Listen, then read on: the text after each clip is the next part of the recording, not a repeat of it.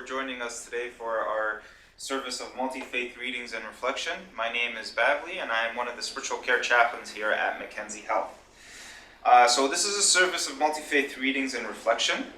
You'll see throughout the service prayers, scriptures, and readings which represent some of our multi-faith community.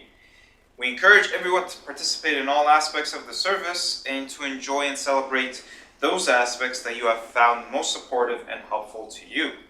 We hope that everyone will learn something new today, and in that spirit, keep an open mind throughout. Today's theme is gratitude. So we'll have our opening reading, and actually the author is an unknown author. Be thankful that you don't already have everything you desire. If you did, what would there be to look forward to? Be thankful when you don't know something, for it gives you the opportunity to learn. Be thankful for the difficult times. During those times, you grow. Be thankful for your limitations, because they give you opportunities for improvement. Be thankful for each new challenge, because it will build your strength and character. Be thankful for your mistakes, that they will teach you valuable lessons. Be thankful when you're tired and worried, because it means you've made a difference. It is easy to be thankful for the good things. A life of rich fulfillment comes to those who are always thankful for the setbacks. Gratitude can turn a negative into a positive. Find a way to be thankful for your troubles, and they can become your blessings. Our next reading comes to us from the Buddhist tradition. Oceans of gratitude for my parents, teachers, friends, family, kind strangers. What is given is not in the same nature of coming and going. These shining gifts, imperishable, are the best kind of food. For those with oceans of gratitude, nothing of any gift can ever be lost. And what is received can be opened again at any time. The more I look at what simple people like myself has been blessed to receive, the more clear it is how gifts reappear again and again, and continue on in the color and the flavor of all that we dream, think, and do.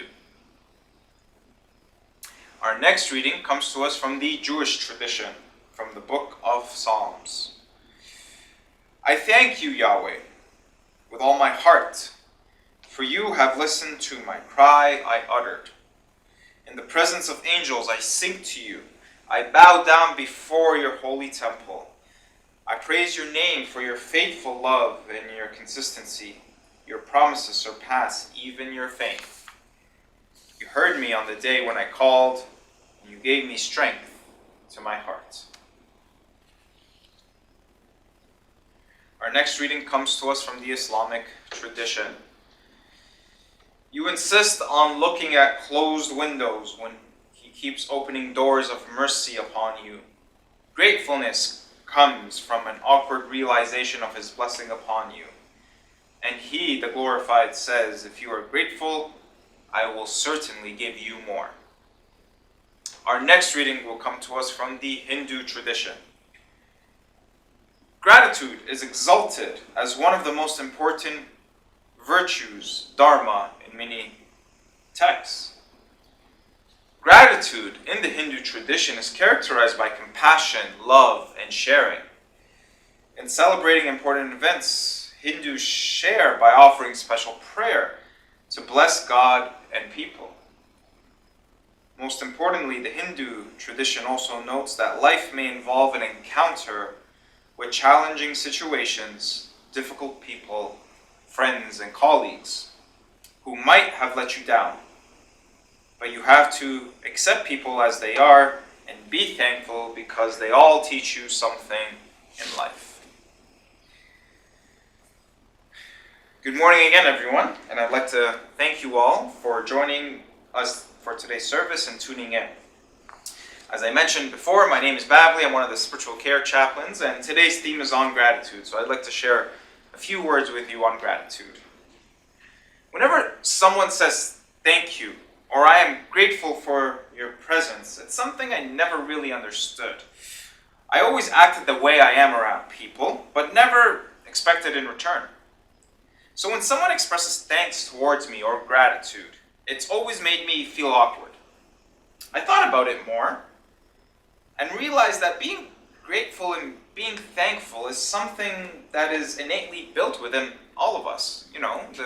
As the good old, stereotypical joke of Canadians go, we're either very thankful or we're very sorry, right? But for me, that says something that is much deeper within who we are as human beings.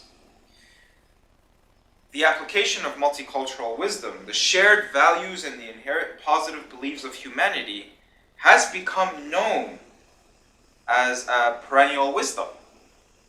Perennial wisdom has been passed on from generation to generation since the birth of humankind. It continues to surface among diverse peoples, unconnected by geography or language, yet indistinguishably linked to what is inherently important in our shared experience of what it means to be human.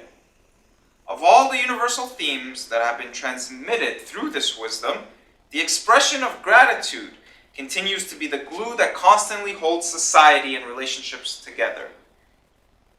Its opposite, ingratitude, contributes to social dissolution and separation. The expression of gratitude is essential to humankind's sustainability and survival. Gratitude's stabilizing and healing effects, which have been researched from multiple standpoints, cultural, psychosocial, physical, spiritual, even financial, have made it abundantly clear that the benefits of living a grateful life are unquestionable. If gratitude is a state of being that is essential to a life well lived, why then, in our modern times, do we not cultivate and express it on a daily basis?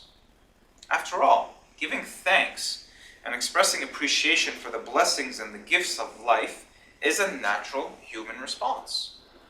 Perhaps the key reason we do not make gratitude a part of our daily lives is that the accelerated pace and the multiple distractions of modern life have simply made it all too easy to forget gratitude's importance.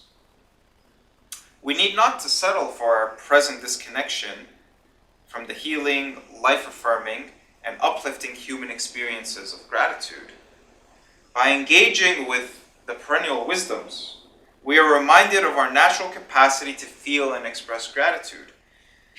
Through conscious and sustained practice over a period of time, we can discover again how gratitude and it all relates to the qualities of thankfulness, appreciation, compassion, generosity, grace, and so many other positive states can become integrated and embodied in our lives.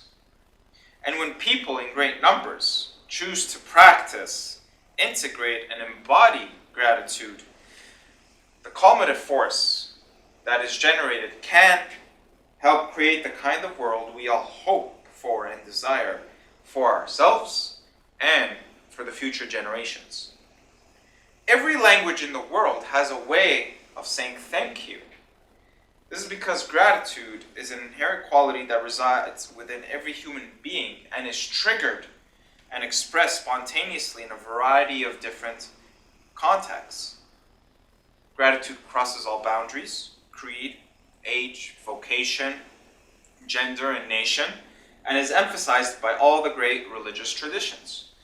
The Buddhist reading from today shows us that everyone coming into ourselves should be shown gratitude in how we interact with them. In the Judeo-Christian reading from Psalms, we see that our gratitude is a gift from God and we should be thankful for it. The Islamic reading shows us that we always have the ability to be grateful if we allow ourselves to be. And finally, the Hindu reading shows that the greatest attribute of gratitude is love. Gratitude is essentially the recognition of an unearned increments of value in one's experience, the acknowledgement of the positive things that come our way that we did not actively work toward or ask for. The International Encyclopedia of Ethics defines gratitude as the heart's internal indicator on which the tally of gifts outweighs exchanges. I'll repeat that again. The heart's internal indicator on which the tally of gifts outweigh exchanges. And this is a definition that echoes the notion of unearned increments. The connection to the concept of gifts is a natural one. The Latin word of the word gratitude is grata or gratia, which means a given gift. And from the same root, we get our word grace, which means a gift freely given that is unearned. So, gratitude is a feeling that spontaneously emerges from within. However, it is not simply an emotional response, it is also a choice that we consciously make. We can choose to be grateful, or we can choose to be ungrateful, to take our gifts and blessings for granted. As a choice, gratitude is an attitude or a disposition. As writer Alexei de Tocqueville once described it, gratitude is a habit of the heart. Brother David, a Benedict monk, reminds us that gratefulness is the inner gesture of giving meaning to our life by receiving life as a gift. And M.J. Ryan's classic book, Attitudes of Gratitude, supports the idea that gratitude is a stance we voluntarily take and one we can adopt through the different seasons of our life, as well as the good and the bad as they come to us. The daily practice of gratitude keeps the heart open regardless of what comes our way. Thank you. So, we will now have a concluding reading. With the breath of life that connects us, with the breath of love that binds us, and with compassion and care that we will to share with others, come, and together we make the meaning of service alive in our lives. Attention please, code white, level 5, stroke D Delta, room 5.711. Attention please, code white, level 5, stroke D Delta, room 5.711. So, thank you everyone for joining us today. I hope you appreciated and enjoyed that service. I hope you enjoyed the rest of your day, and we hope that you can join us again next week, Tuesday at 11 o'clock again. Thank you.